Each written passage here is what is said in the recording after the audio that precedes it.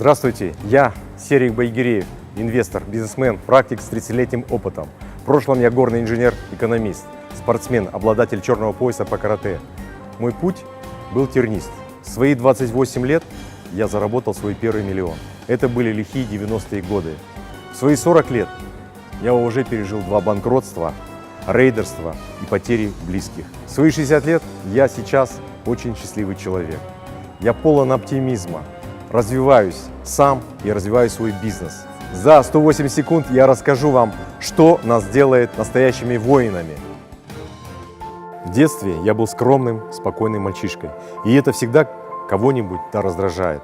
Мой одноклассник Гришка все 4 года начальной школы попинывал меня и обижал.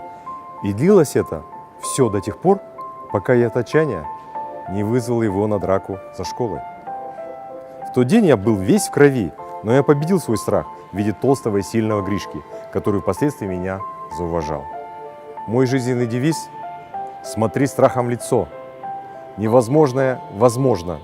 В первую очередь докажи это себе.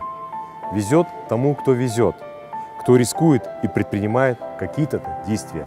В рассвете сил я потерял самых близких мне людей. Маму, папу и первую свою супругу. Я остался наедине один с 2 своими сыновьями. И в этот момент я решил перебраться в молодую столицу, вложив деньги в строящийся объект, который через время окажется проблемным. А обманутые дольщики – героями многих телевизионных передач. В ту пору ничего не предвещало, что обманутый дольщик Серик Байгиреев превратится в бизнесмена, строителя поневоле и первым, кто восстановит жилой объект в столице. Моя жизнь – это уникальный путь, который дарит мне самые щедрые подарки. С годами я научился принимать даже неудачи с благодарностью. Как стать лучшей версией себя?